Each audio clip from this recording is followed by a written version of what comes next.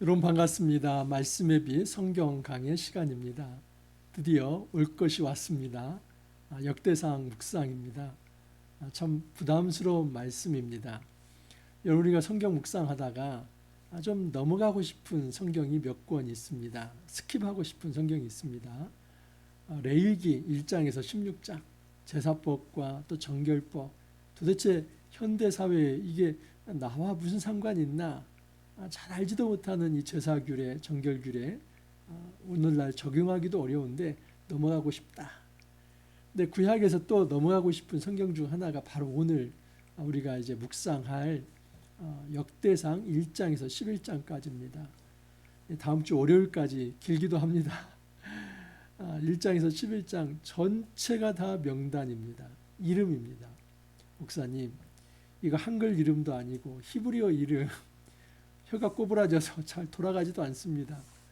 이 이름 익숙하지도 않는데 도대체 이 이름을 읽어가면서 여기 안에서 어떤 교훈을 발견할 수 있습니까?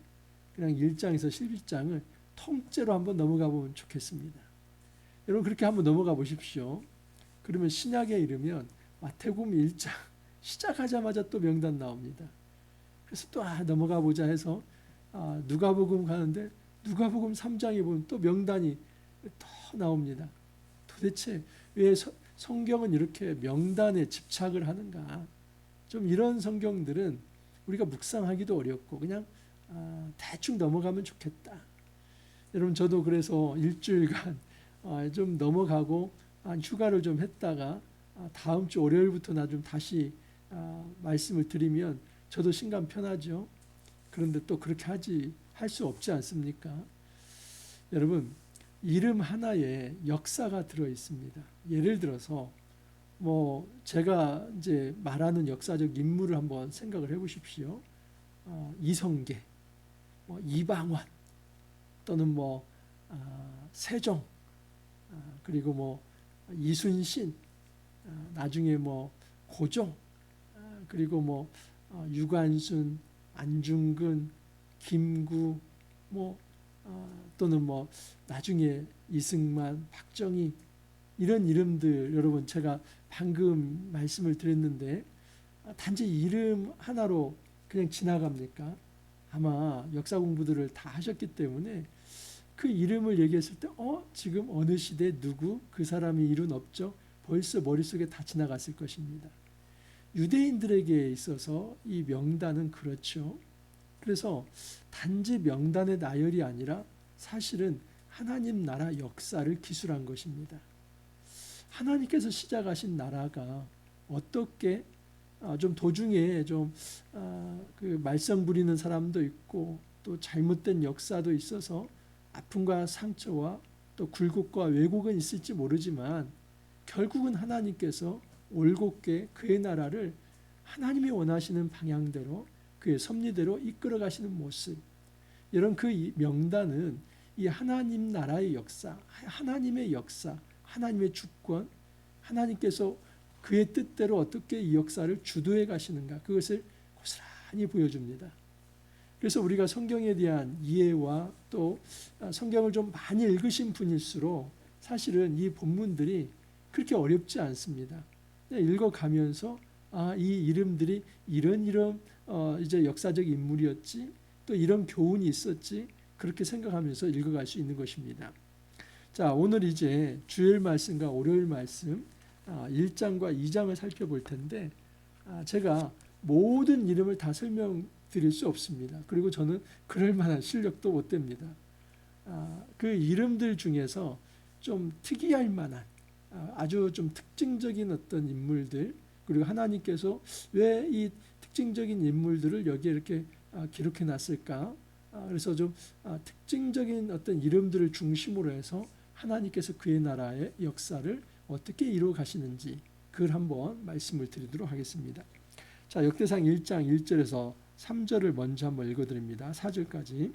아담, 셋, 에노스, 게난, 마할랄렐, 야렛, 에녹, 무드셀라, 라멕, 노아, 셈, 함과 야벳은 조상들이라 하면서 여러분 이제 이 창세기가 1장에서 11장까지 이 원시 역사라고 합니다. 그리고 12장부터 50장까지가 이 족장사라고 얘기를 합니다. 소위 이 족장사는 아브라함 이후의 어떤 인물들이죠. 이 아브라함 이전 역사를 이제 원시 역사라고 하는데 그 원시 역사에 있어서 아담을 얘기합니다. 그리고 그 뒤에 나가면 노아, 셈, 함, 야벳이 나옵니다.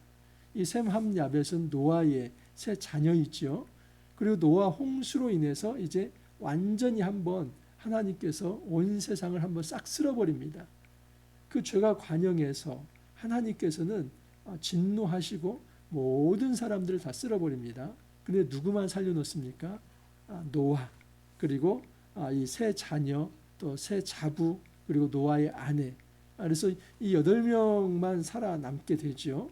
그리고 다시 새로운 역사가 이어집니다. 그래서 노아 이후 이제 그 창세기 11장까지 이어지다가 12장부터는 이 아브라함의 등장이 나옵니다. 그래서 한 사람이 아브라함을 통해서 어떻게 하나님께서 이제 이 씨와 땅을 준비해서 결국 하나님 나라를 이루어 가시는가. 그래서 아브라함의 자녀, 그리고 그 이후에 이제 모세 시대, 그리고 여호수아를 통해서 가나안 정복 전쟁, 사사 시대, 그리고 왕정으로 이어지는 것입니다. 그래서 이 구약은 이 하나님 나라 역사를 보여주고 있는데 먼저 이 아담부터 해가지고 노아까지를 보여주고 있습니다. 근데 한 가지 특이할 만한 것은 여기에 가인과 아벨이 들어가 있지 않습니다. 여러분, 인류 최초의 살인이 누가 합니까? 가인이 자기 아들, 동생 아벨을 죽이는 것이죠. 그래서 아벨은 의인이었지만 죽어서 없어지게 되고 가인은 살아남았지만 악인이기 때문에 아예 이 족보 자체에 이 가인의 후예를 이제 기록해 놓지 않습니다. 그래서 사실은 이들은 다 이제 노아 홍수 때에 한번 싹쓸이가 되는 것이지요. 자, 하나님께서 의도적으로 이렇게 기록하게 한 것입니다. 자, 먼저 이 역대기의 어떤 역사적 배경을 좀 한번 말씀을 드릴 필요가 있는데, 여러분 이 역대 상하와 아주 비슷한 성경이 열왕기 상하입니다. 자, 그런데 이 열왕기와 역대기는 차이가 있습니다. 열왕기는 포로 이전에 쓰여졌죠. 하지만 역대기는 포로 이후에 한참 후입니다. 여러분, BC 586년에 이 남유다 예루살렘이 망하죠. 그리고 이제 BC 539년에 페르시아의 키루스, 세계사에서는 키루스라고 합니다. 이 고레스가 바벨로니아를 이깁니다. 그래서 이제 페르시아 제국이 만들어집니다. 근데 539년에 페르시아가 바벨론을 이기면서 고레스 칙령이라고 하는 것을 내리죠. 이 고레스 칙령을 통해서 호혜 정책을 씁니다. 모든 이 페르시아 제국 내에 있는 포로로 잡혀온 사람들은 자기 고향으로 돌아갈 수 있다. 뿐만 아니라 자기 신을 이제 자유롭게 섬길 수 있다. 그래서 이 유대인들이 포로로 잡혀갔다가 BC 538년부터 이제 돌아오게 됩니다. 포로 귀환이 되죠. 그리고 돌아와서 한 2년 정도 있다가 BC 536년에 성전 재건을 시작합니다. 자, 그런데 성전 재건을 시작하는데 뭐 산발락과 도비아 이런 사람들의 사마리아 사람들이죠. 방해에 의해서 약 15년 동안, 16년 동안 이 성전 재건이 이루어지지 않습니다. 그래서 BC 520년에 다시 이제 재건이 되고 BC 516년에 성전이 완성이 됩니다. 그리고 그로부터 약 또 60년 후 이제 한 BC 458년에 에스라가 학사인데 제사장이면서도 학사인데 그가 제사장들과 또 여러 이제 이 유다인들과 레위인들을 데리고 대거 이제 귀환을 해서 오게 되지요. 그래서 이제 BC 458년은 성전이 재건되고 이것을 제2성전이라고 합니다. 처음 성전은 솔로몬 성전은 무너졌고 이제 포로로부터 돌아온 사람들이 재건한 것이 수룹바벨 성전인데 그 수룹바벨 성전이 완공되고 약 60년 후에 에스라가 돌아오는데 지금 이 역대기는 그 에스라가 지었다고 대부분 이제 전통적으로 이야기를 합니다. 그렇기 때문에 지금 포로 후기 그리고 이제 성전이 건축되고 그 후로도 한참 후에 돌아온 이들에게 이 말씀이 전달되는 것입니다. 그렇기 때문에 이스라엘 역사를 지금 굉장히 후에 포로 후기 백성들에게 전달하는 것이죠. 우리로 말하면 이렇습니다. 예를 들어서 1900년대 초반의 어떤 일제 강점기를 한번 생각해 보십시오. 그때 일어난 역사를 지금 오늘날 누군가가 새로 기록해서 우리들에게 말을 합니다. 그러면 여러분, 이 역사는 해석된 역사입니다. 역사는 과거와 현재의 만남이죠. 그래서 과거의 팩트를 그대로 전달하는 게 역사가 아니라 항상 역사를 기록하는 사람들은 그 팩트를 어떻게 해석하는가, 그 관점을 가지고 해석합니다. 그래서 역사적 시각, 이 역사관이 굉장히 중요하지요. 그래서 오늘날 어떤 사람이, 이 역사학자가 과거의 1900년대 초반의 일제강점기의 이야기를 오늘날 우리에게 풀어주면서 어떤 이 해석적 관점을 가지고 우리에게 얘기한다면 그 독자는 여러분 1900년대 초반이 아니라 바로 이 시대의 우리 있죠. 우리 시대에 뭔가 메시지를 전달하기 위해서 그 역사를 전하는 것입니다. 그러므로 이 역대기는 독자가 포로 후기 백성들이기 때문에 이제 포로로부터 돌아온 백성들, 또 성전은 건축되었지만 아직 영적인 부흥과 개혁이 일어나지 못한 이들, 그들에게 있어서 가장 필요한 것은 정체성의 문제였습니다.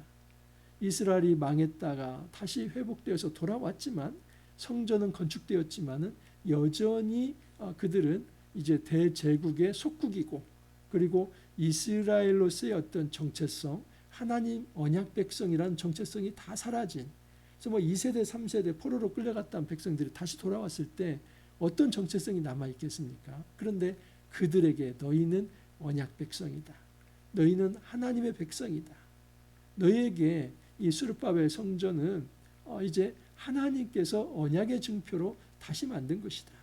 이 성전 중심이라고 하는 것은 하나님 임재의 중심이며 이제 하나님을 중심으로 언약 백성으로 다시 태어나야 한다. 이 중요한 과제를, 이 중요한 이 역사적 이스라엘의 정체성을 확립하기 위해서 역대기가 기록된 것입니다. 그렇기 때문에 여러분, 포로 후기로 돌아온 이들에게 그들의 뿌리가 노아에게 있다라고 얘기하는 것은, 노아를 누가 만드십니까? 노아, 그리고 노아 위에 이제 아담이 있지 않습니까? 첫사람 아담을 누가 만드십니까? 하나님이 만드셨지요. 그래서 이 역대기의 기본적인 출발은 이스라엘 역사의 뿌리, 이 이스라엘 백성의 정체성이 뭔가 하는 것입니다. 포로로 돌아왔을 때 그들은 이제 풀이 죽어 있습니다.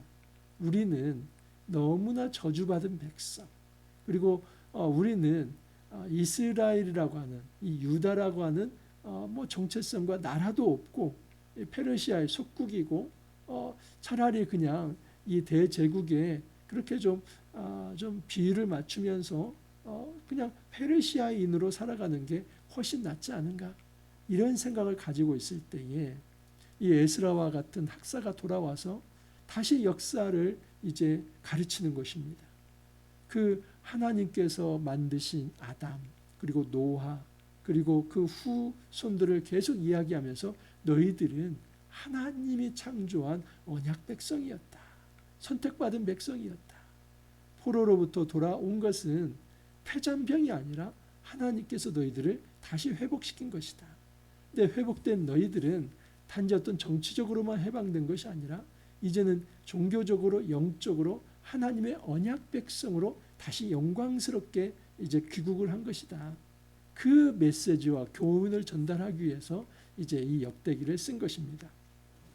자, 이제 5절부터 또 이하를 보면은 4절에서 노아가 나오고 셈, 함, 야벳이 나오죠. 그래서 이 세 그 어떤 그 아들들의 어떤 후손을 이야기하는 겁니다. 먼저는 야벳의 후손이 5절 이하이고요. 또 6절부터는 함의 자손이 나옵니다.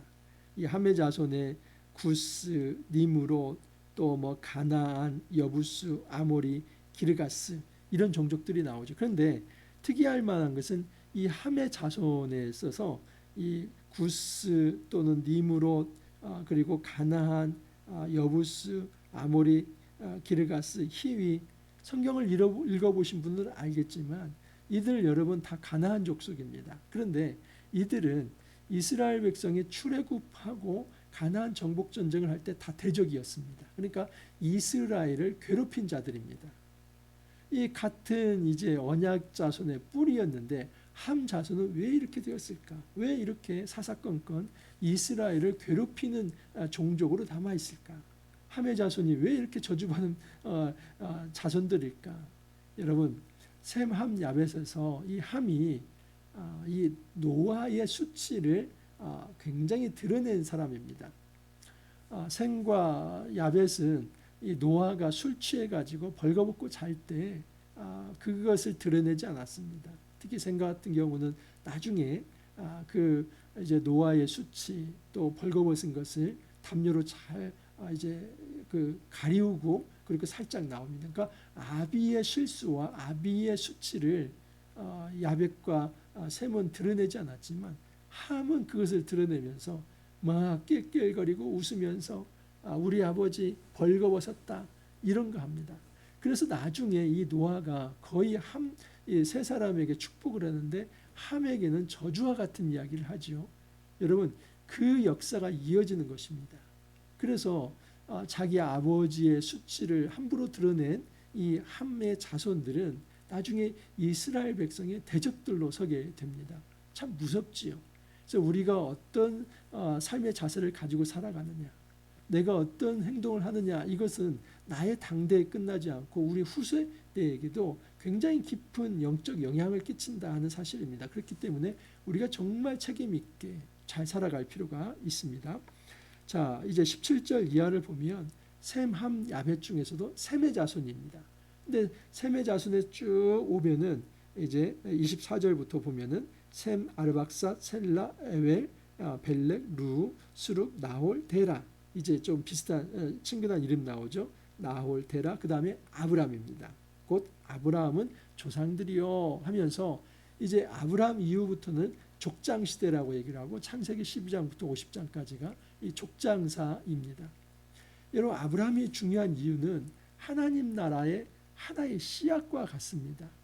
이제 하나님께서 노아의 8가족을 이제 방주에 이제 그 구원하시죠. 방주에 들이게 하시면서 홍수를 내리지만 이 노아의 8가족을 통해서 새로운 새 하늘과 새 땅에서 새 가족을 열어갑니다. 그런데 그 속에서도 방금 말씀드렸지만 셈, 함, 야벳 중에서 함의 자손 같은 경우는 뭐 니므롯도 나오고 나중에 가나안도 나오고 굉장히 이 하나님께서 한번 싹 쓸어버렸고 그래서 이제 노아의 자손에서 새로운 역사를 시작하는데 그런데도 이제 새롭게 홍수에서 지난 이 백성들 여전히 이제 하나님의 어떤 백성, 하나님의 아들들이 사람의 딸들을 통해서 이제 세속의 역사를 이어갑니다. 그래서 하나님께서는 노아 이후에 새 역사를 만들었지만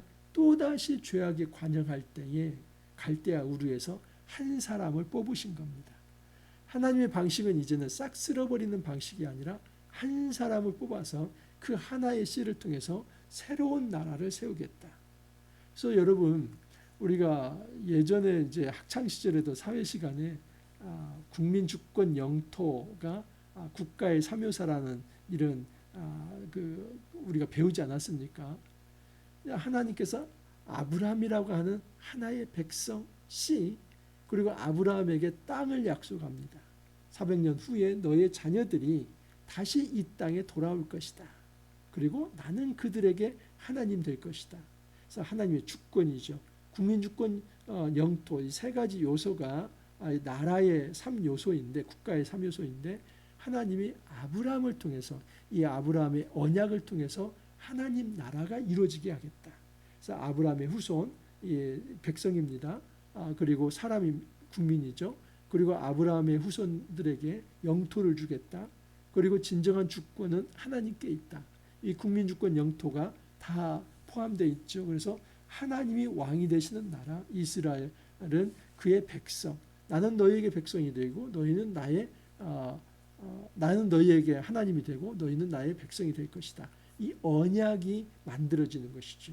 이것이 바로 하나님 나라의 언약의 시작이다라고 볼 수 있습니다. 그래서 하나님 나라의 언약의 시작에 아브라함이 그처럼 중요한 것입니다. 한 사람을 통해서 하나님께서는 새 역사를 써 나가기 때문입니다. 자, 이제 아브라함에게 두 아들이 있죠. 하나는 이삭이고 또 하나는 이스마엘입니다. 이스마엘은 하갈에게서 났죠. 여러분 누가 더 형입니까? 이스마엘이 형입니다. 13살이나 더 많습니다.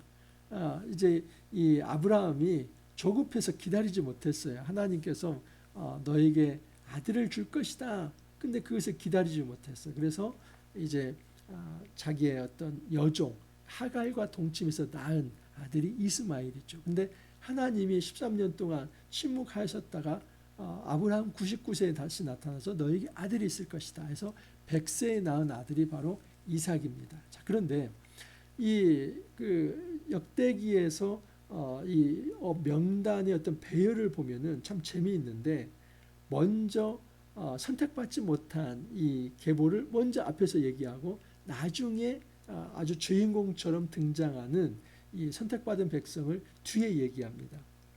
예를 들어서 이렇습니다. 아브라함의 자손에서 이삭과 이스마엘이면 누가 주인공입니까? 사실은 이삭이죠. 왜냐하면 하나님의 언약 계보가 이삭을 통해서 이어가기 때문에. 그러나 먼저 소개하는 것은 이스마엘입니다. 그래서 29절 이하에 보면 이스마엘의 족보는 이러하다 쭉 소개를 합니다. 그리고 이제 그 다음에 이삭을 이야기합니다. 34절이죠. 아브라함이 이삭을 낳았으니 하면서 이제 비로소 이삭 언약 계보를 얘기합니다. 자, 이삭도 두 아들을 낳죠. 쌍둥이입니다. 어떻게 됩니까? 에서와 야곱입니다. 원래는 에서가 형이고 야곱이 동생입니다. 그런데 야곱이라고 하는 말이 여기서 하나도 등장하지 않고 야곱 대신에 이스라엘이라는 이름을 씁니다. 원래 여러분 이 이스라엘은 야곱의 어떤 개명된 이름입니다. 그러니까 원래 이스라엘의 원래 이름은 야곱이죠. 야곱이라는 이름 수치스러운 이름입니다. 발뒤꿈치를 잡은 자. 그러니까 나올 때부터 형의 발뒤꿈치를 잡고 나온 자. 이 발뒤꿈치를 잡았다는 것은 뭐 발목 잡았다. 우리 한국말로도 그런 식으로 얘기할 수 있는데 이것은 사기치는 사람. 속이는 자입니다. 그러니까 야콥이라고 하는 말 속에는 속이는 자라는 불명예가 들어있죠. 근데 하나님께서 야복강에서 이제 씨름하면서 결국은 이 야곱의 환도뼈를 치면서 무릎 꿇리죠. 그러면서 그에게 영광의 이름을 줍니다. 그게 이스라엘입니다. 하나님과 겨루어 이루었다. 하나님과 겨루었다. 싸웠다. 그러나 하나님께서 그에게 축복하시는 이름으로 이제 바꿔서 영광의 이름으로 계명을 시킵니다. 여러분 이 야곱이 몇 아들을 낳습니까? 12아들을 낳죠. 그래서 이스라엘은 12아들이 있게 됩니다. 자, 그 전에 이제 이 에서의 어떤 계보를 이제 34절부터 또 42절까지 얘기하고 그리고 여러분 이 에돔은 에서의 하나였던 닉네임과 같습니다. 그래서 이 에서의 족속이 나중에 에돔 왕국을 이루는데 그 에돔 족속의 명단을 43절부터 쭉 이야기를 합니다. 자, 이제 2장으로 넘어오게 되면 2장에서는 본격적으로 지금 이 이스라엘 백성이 어떻게 어떤 뿌리를 통해서 이어지는가. 자, 아까 여러분 이스라엘이 몇 명의 아들을 낳았다고 말씀드렸습니까? 12아들이죠. 자, 그런데 그 중에서도 지금 이 유다 가문이 중요합니다. 왜냐하면 이 유다 가문을 통해서 다윗이라고 하는 왕이 세워지기 때문입니다.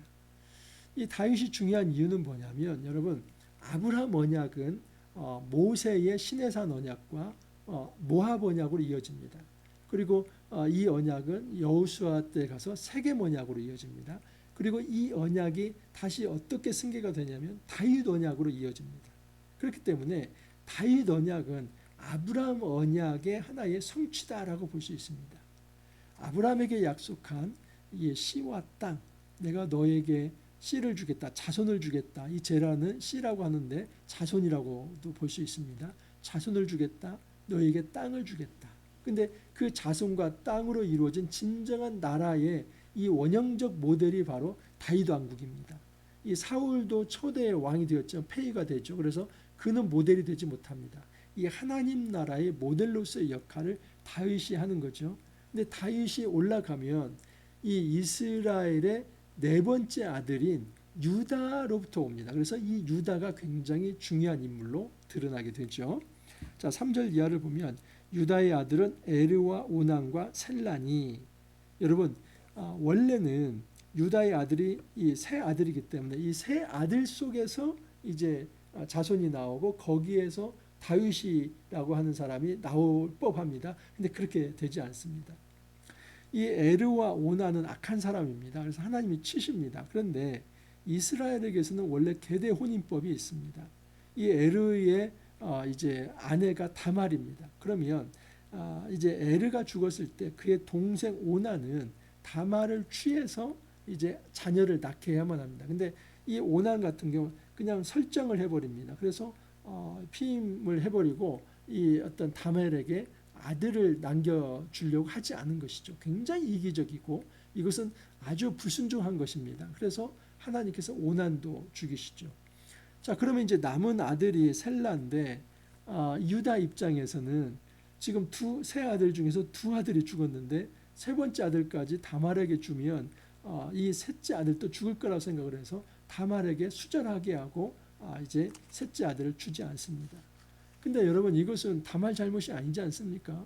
첫째 아들, 둘째 아들이 악해서 이런 건데 이 유다는 어떻게 보면 다말에게 그 책임을 지어서 수절하게 합니다.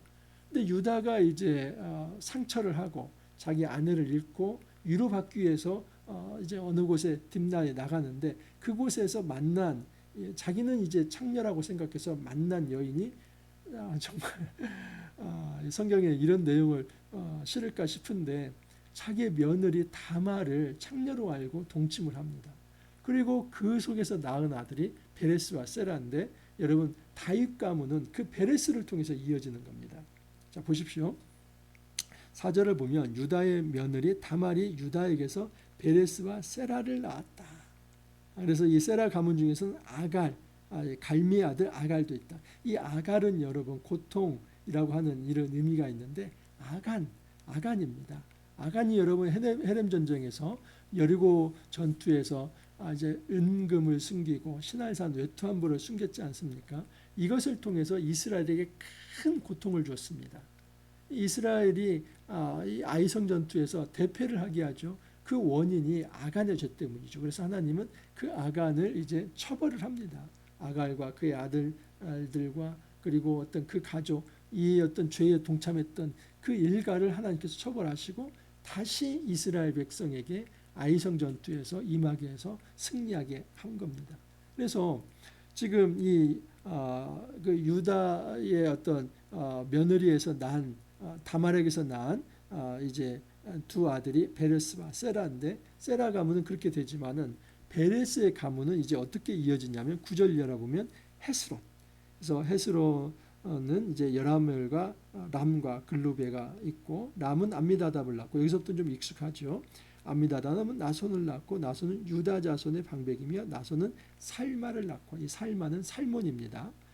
살마는 보아스를 낳고 보아스는 오벳을 낳고 오벳은 이세를 낳고 이세는 맏아들인 쭉 나왔다가 다윗을 낳았으며 그러니까 이제 이세의 7번째 아들 다윗을 낳습니다. 그렇기 때문에 지금 유다가 다말 사이에 베레스를 낳고 베레스 속에서 살마 또 보아스, 오벳, 이세 그리고 다윗으로 연결이 되는 것이죠. 자, 그런데 여기서 하나님의 이 은혜를 좀 한번 생각해 볼 필요가 있는데 일단 이 다말과 유다 사이에는 시아버지와 이 며느리 사이 아닙니까? 누가 봐도 이것을 성경에 기록할 만한가 싶을 정도로 이건 정말 좀 엽기적이라고 볼 수도 있죠. 그런데 놀랍게도 하나님은 이 시아버지와 며느리 사이에 이 베레스를 통해서 언약 계보를 이어갑니다.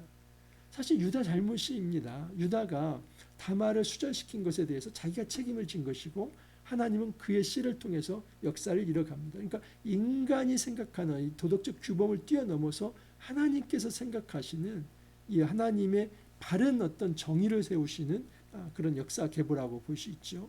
그리고 긍휼이 있죠. 세상 사람들은 창녀 취급하고 세상 사람들은 정말 어떤 무시하면서 그렇게 이제 소방맞게 하고 그렇게 아주 천하게 여겼지만은 하나님은 그 여인 다말을 세워서 언약궤보의 어머니가 되게 합니다. 자, 그 다음에 살마도 한번 보십시오. 이 살마는 살몬인데 살몬의 아내가 누군지 아십니까? 기생 라합입니다. 우리가 이 조나라고 하는 이 기생은 우리 조선시대의 그 상류층의 기생 아닙니다. 이 기생이 조선시대의 상류층의 어떤 기생은 시를 짓고 또 이제 어떤 음주의 어떤 같이 동행을 하지만 어떤 춤을 추면서 이 사람들은 어떤 성적인 놀이개라기보다는 굉장히 고품격의 기생입니다. 그래서 기생 나합하면 그럴 줄로 생각해요. 그렇지 않습니다. 성경이 말하는 이 조나라고 하는 기생은 매춘부 창녀를 의미합니다. 그러니까 살몬은 이 창녀인 이 라합을 통해서 보아스를 낳게 된 겁니다. 여러분, 이 라합이라고 하는 여인은 여리고성 전투에서 이스라엘의 두 정탐꾼을 숨겨줬던 사람이죠. 그래서 그 어떤 상으로 그의 일가가 다 구원을 받게 되고 놀랍게도 구원받았을 뿐만 아니라 살몬과 결혼을 하는데 그의 아들이 보아스입니다. 자, 여러분, 이 보아스는 또 그의 아내가 누구입니까? 룻이죠. 룻은 여러분 모압 여인입니다. 신명기에 의하면 이 모압은 이스라엘 총회에 들어올 수 없는 족속입니다. 그러니까 저주받은 족속의 이 모압 족속의 이방 여인이 바로 룻입니다. 그런데 보아스는 그 룻을 또 받아들이죠. 그래서 그를 통해서 아들을 낳게 합니다. 그래서 결국은 2세 오벳, 2세 다윗으로 이어지는데 다윗의 고조모가 바로 이제 라합이고 다윗의 증조모가 룻입니다. 그러니까 고조모는 이제 창녀였고 증조모는 이방 여인입니다. 그리고 더 이제 유다로 올라가면 유다의 며느리 다말입니다. 그러니까 여러분, 이 다윗의 어떤 족보를 놓고 본다면 만약에 우리 조선시대 족보라고 한다면 이 사람들 이름 다 뺐을 것입니다. 근데 성경은 이 족보의 이름들을 빼지 않습니다. 왜냐하면 하나님 나라는 인간의 열정과 또 인간의 어떤 그 능력과 인간의 어떤 학벌과 인간의 어떤 드러냄, 잘남, 그것을 통해서 세워지는 것이 아니라 오직 하나님의 은혜. 인간이 이렇게 못났고 때로는 인간이 이렇게 왜곡과 굴욕의 역사를 쓰고 때로는 하나님을 떠났지만 하나님은 그것을 역전시켜서 결국 하나님 나라 역사를 이루신다고 하는 그 은혜 사상과 섭리 사상을 드러내기 위해서 역사적 사실 있는 팩트를 그대로 다 드러낸 것입니다. 자, 뒤에 이제 갈렙은 이제 모세 시대의 어떤 여호수아의 갈렙, 그 사람 아닙니다. 동명이인입니다. 이 부분은 그냥 저도 넘어가겠습니다. 그렇게 제가 중요하게 좀 생각이 되지 않고 또 이 부분들은 또 저도 사실 뭐 더 깊은 이해가 없습니다. 그래서 이 부분들은 좀 넘어가도록 하겠습니다. 여러분, 명단 하나하나 만약에 제가 더 많은 공부를 했다면 더 많은 얘기를 했을지도 모릅니다. 명단 하나, 이름 하나에 역사 하나입니다. 그래서 이 명단은 단순한 명단 나열, 이 족보를 이야기하는 것이 아니라 하나님 나라 역사를 드러내고 있는 것이다. 하나님 나라 역사가 여러분 때로는 굴곡집니다. 또 인간의 어떤 권무술수 또는 인간의 어떤 타락, 이것을 통해서 그냥 다 없어지는 듯합니다. 한번 보십시오. 가인이 아벨을 죽여서 없어지는 듯 하지 않습니까? 근데 셋을 통하고 또 인간이 죄를 지었을 때 홍수로 다 쓸어버리고 8명 남았는데 그 속에서도 또 함과 같은 아주 그냥 하나님 보시기에 악을 행하는 그런 가문들이 있어서 끝까지 이스라엘을 괴롭히기도 하는데 하나님 나라 역사는 이어집니다. 유다 보십시오. 그의 이제 며느리 다말과 사이에서, 그리고 베레스의 후손을 보십시오. 이 살몬과 라합 또는 보아스와 룻, 무엇 하나 그렇게 잘난 사람들 아닙니다. 그러나 하나님은 이렇게 못난 사람들이라 할지라도 하나님께서 갈고 탔고 또 새롭게 이제 조정하셔서 그들을 다듬어서 결국 하나님 나라 역사를 이어가신다는 것입니다. 우리가 한 가지 정말 위로를 받았으면 좋겠습니다. 우리가 비록 못났지만 하나님을 의지하고 하나님 앞에 엎드린다면 우리가 쓰임을 받고 결국 하나님의 능력에 의해서 우리도 이 은혜의 역사에 정말 깊이 동참할 수 있다는 사실입니다. 제가 이제 마태복음만 좀 읽어드립니다. 누가복음 3장에 이 족보가 나오고 마태복음 1장에 또 족보가 나옵니다. 자, 마태복음 1장 1절을 보면 아브라함과 다윗의 자손 예수 그리스도의 계보라. 아브라함이 이삭을 낳고 이삭은 야곱을 낳고 야곱은 유다와 그의 형제를 낳고 유다는 다말에게서 베레스와 세라를 낳고 베레스는 헤스론을 낳고 헤스론은 람을 낳고 람은 암미나답을 낳고 암미나답은 나손을 낳고 나손은 살몬을 낳고 살몬은 라합에게서 보아스를 낳고 보아스는 룻에게서 오벳을 낳고 오벳은 이새를 낳고 또 쭉 오다가 이제 솔로몬 다윗은 우리아의 아내에게서 솔로몬을 낳고 여러분 이 우리아의 아내는 유부녀이지 않습니까? 근데 또 다윗은 그 우리아의 아내 그 아내에게서 솔로몬을 낳았다고 합니다. 여러분 밧세바죠. 이 밧세바에게서 솔로몬을 낳았다. 그러니까 정말 인간적 역사로 놓고 보면 다 지워버리고 싶은 그런 역사들이지만 하나님은 그것을 역전시키고 하나님의 능력으로 새롭게 만드셔서 은혜의 역사, 하나님 나라 역사가 되게 하셨습니다. 결국은 어떻게 되냐? 12절에 보면 바벨론으로 사로잡혀간 후에 여고냐는 스알디엘을 낳고 스알디엘은 수르바벨을 낳고 그리고 쭉 내려가서 16절에 보면 야곱은 마리아의 남편 요셉을 낳았으니 마리아에게서 그리스도와 칭하는 예수시니라. 이 예수는 점도 없고 흠도 없습니다. 그러나 그의 조상들을 보면 참 흠도 많고 점도 많습니다. 하나님께서는 단지 이 인간의 혈통을 통해서 예수님을 이 땅에 태어나신 게 아니라 인간의 그 굴곡진 역사, 흠이 있는 역사, 그렇지만 하나님의 능력으로 결국 하나님께서는 이 땅에 그리스도 예수를 보내셨다는 사실, 하나님의 은혜로 성령을 통해서 예수 그리스도를 보내심으로써 인간이 완전히 회복하지 못한 이 깨어진 하나님 나라를 예수 그리스도를 통해서 진정한 언약 자손인 예수님을 통해서 하나님 나라 언약, 깨어진 하나님 나라 언약을 회복해 주시겠다. 그 메시지를 우리에게 전달하고 있습니다. 그렇기 때문에 여러분이 역대기 말씀 그냥 함부로 지나갈 수 없겠죠. 제가 쭉 설명을 드리면 이제 이해하실 수 있죠. 여러분 단지 명단의 나열이 아니라 하나님 나라 역사이다. 그리고 하나님 나라 그 역사 끝에 예수님이 오셨고 예수님을 통해서 우리가 하나님 백성 되어서 오늘날도 하나님 나라 역사의 타임라인은 이어지고 있다는 사실입니다. 그러므로 이 명단은 우리에게도 중요합니다. 왜냐하면 나의 정체성을 확인할 수 있는 명단이기 때문입니다. 여러분 나의 정체성 하나님 나라 언약 백성입니다. 예수 그리스도를 통해서 하나님 자녀 되었습니다.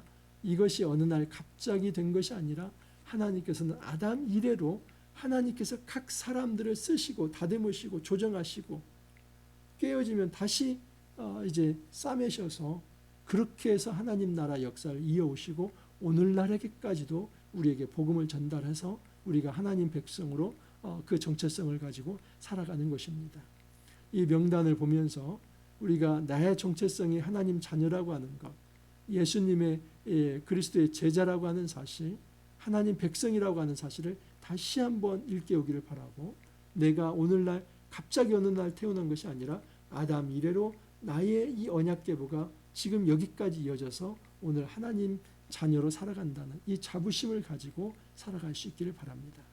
이 정체성이 똑바르다면 우리 역시도 포로 후기에 돌아온 그 언약 백성들이 그 환경이 너무나 열악하고 여전히 예속된 나라 속에서 소망이 없어 보이지만 그 정체성을 바로 할 때에 결국 이스라엘로 남아있던 것처럼 오늘날 우리도 하나님의 자녀라고 하는 이 백성의 정체성만 살아있다면 어떤 어려운 환경 속에서도 다시 일어날 수 있습니다. 우리가 하나님 앞에서 바른 정체성을 회복하고 힘을 내어서 다시 한번 일어설 수 있기를 간절히 소망합니다. 함께 기도합니다. 주님 역대기 말씀을 이제 묵상해 갈 수 있게 하여 주시니 감사합니다. 때로는 이 명단의 나열이 오늘날 우리에게 어떤 의미가 있을까 그렇게 생각이 될 수도 있습니다. 하지만 명단 하나하나에 하나님 나라 역사가 스며 있으며 결국 그 역사를 하나님께서 고치시고 바르게 하심으로써 예수 그리스도가 이 땅에 오시기까지 그 역사를 이어오셨다는 것을 우리가 알게 되었습니다. 예수님을 통해서 제자들이 세워지고 또한 제자들의 전도를 통해서 복음이 전달되어 2000년 후에도 역시 우리가 예수 믿고 하나님 백성이 되었습니다. 우리가 하나님 백성 된 것은 아담 이래로 하나님의 일하심, 이 하나님 나라 역사를 위해서 끊임없이 일하시는 그 하나님의 열정이 있었기에 가능했다는 것을 알게 됩니다. 주님 감사합니다.